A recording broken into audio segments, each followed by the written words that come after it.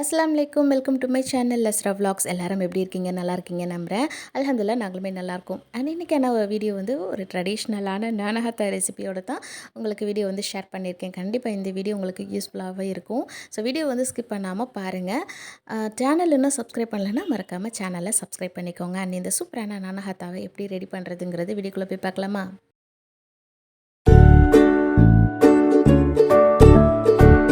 இந்த நானஹத்தா செய்கிறதுக்கு அதிகமான எந்த ஒரு பொருளுமே இது பண்ண தேவையில்லை. 3 பொருள் தான்.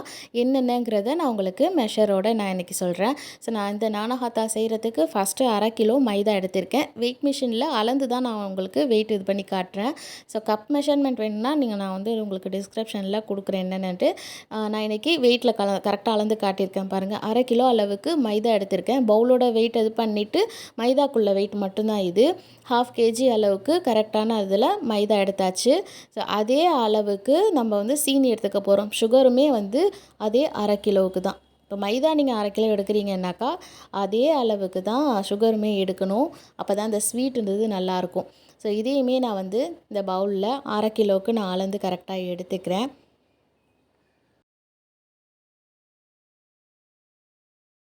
இப்போ 1/2 கிலோவுக்கு அளந்து எடுத்த சீனியை வந்து நான் பொடி பண்ணி பவுடராக எடுத்துக்கலாம். பவுடராக எடுத்து அளந்து 1/2 கிலோவுக்கு இந்த பவுலில் எடுத்து வச்சுக்கிட்டேன். அடுத்ததாக ஒரு பவுலில் வந்து பார்த்திங்கன்னா நெய் அளந்துக்க போகிறேன். இதுக்கு வந்து நெய்லாம் மெல்ட் பண்ணணுங்கிற அவசியம்லாம் கிடையாது. ஸோ நம்ம எப்படி சேர்க்கணுங்கிறத அளந்து எடுத்துகிட்டு அப்புறம் பார்க்கலாம். இந்த நெய் வந்து கரூர் நெய்ன்னு சொல்லுவாங்க இல்லையா, அதுதான் நான் எடுத்திருக்கேன். இது வந்து மளிகை கடையில் எல்லாமே கிடைக்கும். சூப்பர் மார்க்கெட்லலாம் கிடைக்குமா என்னன்னு தெரியல. சாதாரணமாக மளிகை ஸ்டோர்லலாம் கிடைக்கும். இந்த நெய் இல்லைனா நீங்கள் நார்மலாக வேறு எது யூஸ் பண்ணுவீங்களோ எடுத்துக்கோங்க. நான் வந்து கரூர் நெய் எடுத்திருக்கேன். இதில் வந்து 250 கிராமுக்கு நான் கரூர் நெய் அளந்து எடுத்துக்கிறேன். இது கூடவே வந்து 100 கிராம் அளவுக்கு பசு நெய்யுமே சேர்ந்து எடுத்துக்கிறேன்.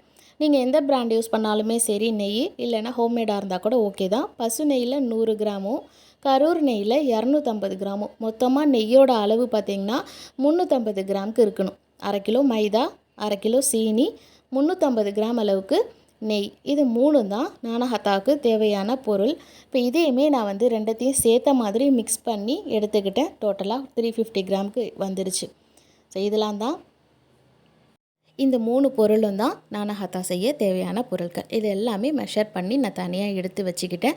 இதுக்கப்புறம் இது எப்படி பண்ணுறதுங்கிறது தான். ஸோ ரொம்ப வருஷம் ஆச்சு நானே இந்த நானஹத்தா ரெசிபி வீட்டில் பண்ணி. நான் ஏற்கனவே ஒரு லாங் வீடியோவில் சொல்லியிருந்திருக்கேன். ஸோ நான் வந்து ரொம்ப வருஷம் கழித்து மறக்காமல் அந்த மெஷரோடு நான் செஞ்சது கரெக்டாக வந்துருச்சு. அதனால தான் உங்களுக்கு வீடியோவும் ஷேர் பண்ணியிருக்கேன். ஸோ இந்த 3 பொருளையுமே எடுத்து வச்சுட்டு நான் எனக்கு கிரைண்டரில் தான் உங்களுக்கு மாவு வந்து மிக்ஸ் பண்ணி காட்ட போகிறேன். அதுக்கு கிரைண்டரை நல்லா க்ளீன் பண்ணிவிட்டு ட்ரை ஆக்கிடுங்க. ஒரு சொட்டு ஈரம் கூட இருக்கக்கூடாது. மாவு சேர்க்குறதுக்கு அதுதான் மெயின். ஈரமே இருக்கக்கூடாது. நீங்கள் பிளெண்டர் யூஸ் பண்ணி பண்ணுறதுனாலும் ஓகே தான், இல்லை மிக்ஸி ஜாரில் பண்ணாலும் ஓகே தான். நான் இன்றைக்கி கிரைண்டரில் செஞ்சு காட்ட போகிறேன். கிரைண்டர் நல்லா காஞ்சி இருக்கணும்னு சொன்னேன் இல்லையா, அதில் நம்ம எடுத்து வச்சுருந்த நெய் இருக்குது. அது அப்படியே வந்து 350 கிராமையுமே கிரைண்டரில் சேர்த்துருக்கேன். கிரைண்டரில் நெய் சேர்த்ததுக்கப்புறமா கொஞ்சம் கொஞ்சமாக நம்ம பவுட்ரு பண்ணி வச்சுருந்த சீனியை இது கூட சேர்த்து அரைச்சிக்கணும். நல்லா க்ரீமியாக வரணும் அந்த நெய்யும் சீனியும் சேர்ந்து. அதனால தான் சொல்கிறேன், நீங்கள் வந்து கிரைண்டரில் யூஸ் பண்ணாலும் ஓகே, மிக்ஸர் ஜார் இல்லைனா பிளெண்டர் யூஸ் பண்ணி நல்ல க்ரீம் பதத்துக்கு நெய்யும் சீனியும் சேர்ந்து நல்லா பஃப்னு உப்பி வர அளவுக்கு எடுத்துக்கோங்க. இதுக்கு முன்னாடி எங்கள் வீட்டில் வந்து 1 கிலோ 2 கிலோ இப்படி தான் செய்கிறது. அப்போ அம்மா வந்து இந்த கிரைண்டரில் தான் அரைச்சி செய்வாங்க. ஸோ ரொம்ப வருஷம் ஆச்சு. அதுக்கு முன்னாடியுமே நான் செஞ்சிகிட்டு இருக்கும்போது இதில் தான் அரைச்சி செய்வோம். ஸோ இதே மெத்தடில் உங்களுக்கு செஞ்சு காட்டணுன்னு தான் நான் இன்றைக்கி ரெடி பண்ணியிருக்கேன். ஸோ நல்ல ஓரத்தில் அப்பப்போ கரண்டி வச்சு அந்த க்ரீமை வந்து இது பண்ணிகிட்டே இருங்க. நல்லா கொஞ்சம் அரைஞ்சிட்டு இருக்கும்போது 10 ட்ராப் அளவுக்கு வெனிலா எசன்ஸை இது கூட சேர்த்துக்கோங்க. அதிகமாக சேர்த்துறாதீங்க. நம்ம எடுத்திருக்க 1/2 கிலோ மெஷருக்கு இந்த 10 ட்ராப்ஸ் எசன்ஸ் மட்டுமே போதும். வெனிலா எசன்ஸ் வந்து நீங்கள் கலரில் இல்லாமல் ஒயிட்டில் இருந்தாலுமே பரவாயில்ல சேர்த்துக்கோங்க. இப்போ நல்லா ஓரமெல்லாம் வலிச்சு விட்டதுக்கப்புறமா உளுந்து மாவு வடைக்கு எப்படி பஃப்னு உப்பி வருமோ அந்த மாதிரி நல்லா க்ரீமியாக உப்பி வந்துருச்சு. ஸ்பூனில் எடுத்து இப்படி சாய்ச்சா டக்குன்னு கீழே விழுந்துடும். இதுதான் கரெக்டான பதம்.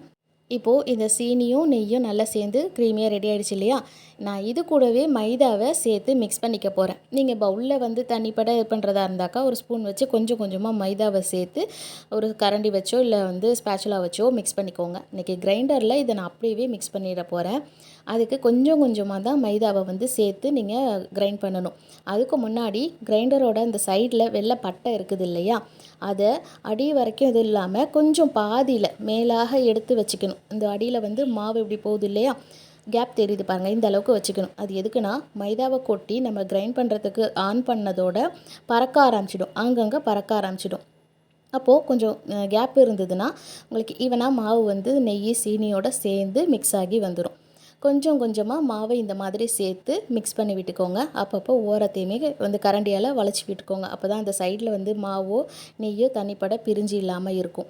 ஸோ இந்த மாதிரி அளந்து வச்சுருந்த எல்லா மாவையுமே கொஞ்சம் கொஞ்சமாக சேர்த்து இதிலேயே மிக்ஸ் பண்ணி விட்டாச்சு.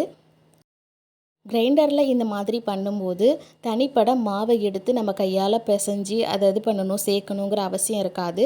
இதிலேயே நம்மளுக்கு எல்லாமே ஒன்று சேர்ந்து கரெக்டான ஒரு பதத்துக்கு மாவு வந்துடும். இப்போ இது எல்லாமே ரெடி ஆகிடுச்சு. ரொம்ப நேரம் இதெல்லாம் சூடு ஏறுற வரைக்கும் ஓட விடாதீங்க. அதை நான் முக்கியமாக சொல்கிறேன், மாவு அந்த நெய் சீனியோட மிக்ஸ் ஆகணும், அவ்வளோதான். ரொம்ப நேரம் ஓடக்கூடாது, அப்புறம் சூடாகிடும் மாவு, பதமே மாறி போயிடும். அதனால் கொஞ்சம் மிக்ஸ் ஆனதுக்கப்புறமா வலித்து எடுத்துடுங்க. இப்போது நான் வேறு ஒரு பாத்திரத்தில் இதை இது பண்ணிக்கிட்டேன். இதை வந்து சில்வர் இடமாக தான் இருக்கணும், பிளாஸ்டிக் எண்ணத்தில் எடுத்துடாதீங்க.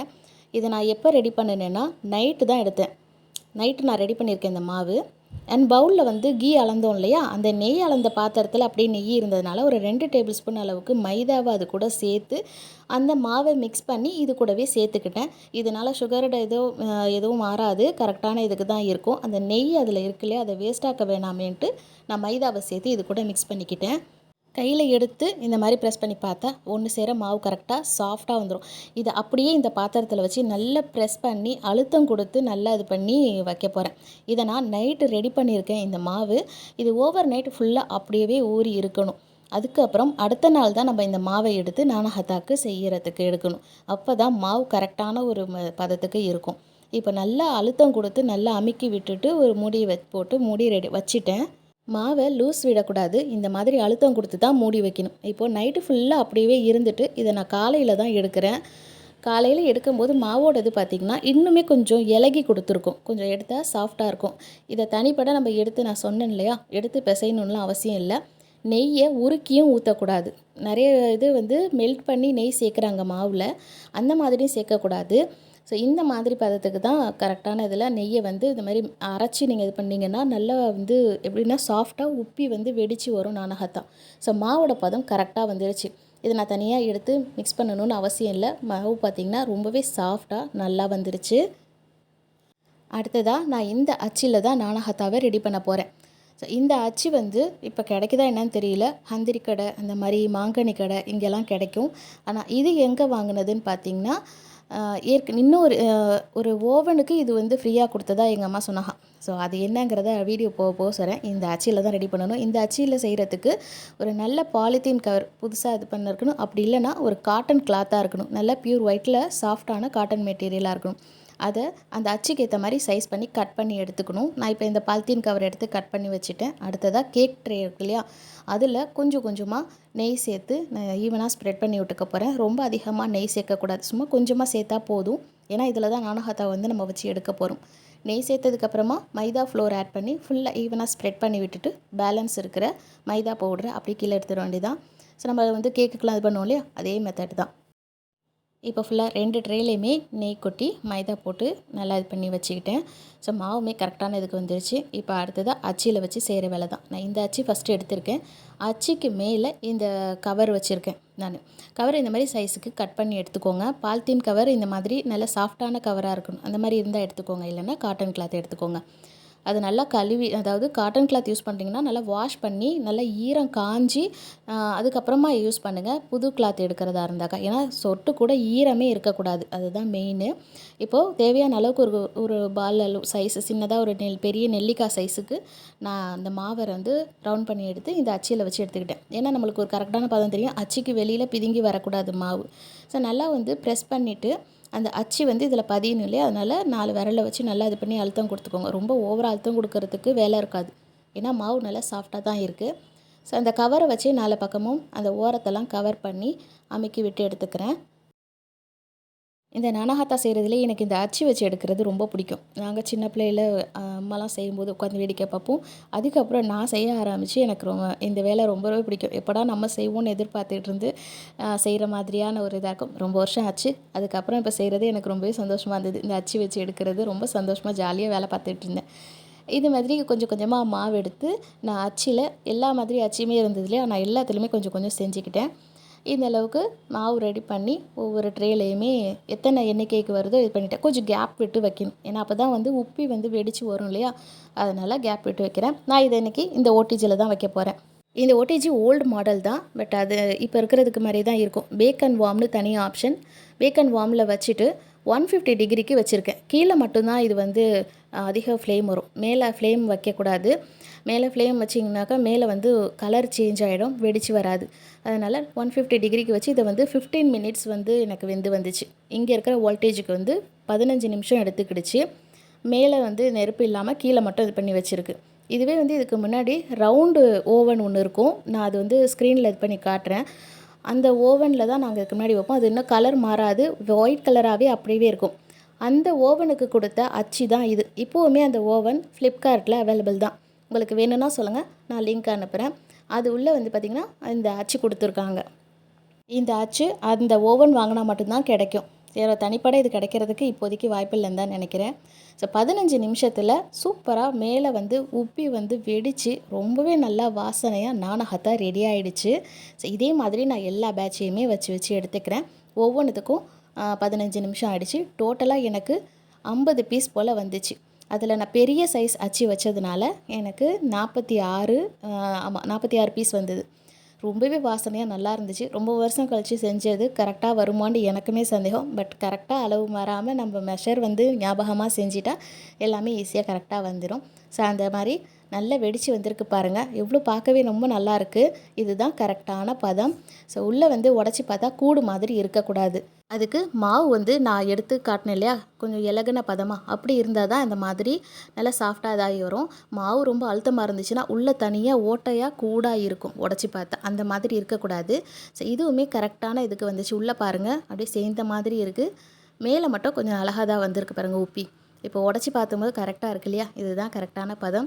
ஸோ இந்த வீடியோ உங்களுக்கு கண்டிப்பாக யூஸ்ஃபுல்லாக இருக்கும். தீபாவளி நேரத்தில் நீங்கள் வந்து இந்த நானகத்தா வீட்டில் செஞ்சு பார்த்துட்டு எப்படி இருந்துச்சுன்னோ எனக்கு மறக்காமல் கமெண்ட் பண்ணுங்கள். என்னோடய ஃபேவரெட் நானகத்தா சூப்பராக அமைஞ்சு வந்துருந்துச்சு. இந்த வீடியோ உங்களுக்கு பிடிச்சிருக்கும் அப்படின்னு நினைக்கிறேன். ஸோ வீடியோ பிடிச்சிருந்தா மறக்காமல் லைக் பண்ணிக்கோங்க. கண்டிப்பாக இந்த ரெசிபி வீட்டில் செஞ்சு பாருங்கள், ஓகேவா? அடுத்ததாக இன்னொரு வீடியோவில் பார்க்கலாமா? தேங்க்யூ. அஸ்ஸலாமு அலைக்கும். சேனல் சப்ஸ்கிரைப் பண்ணிக்கோங்க.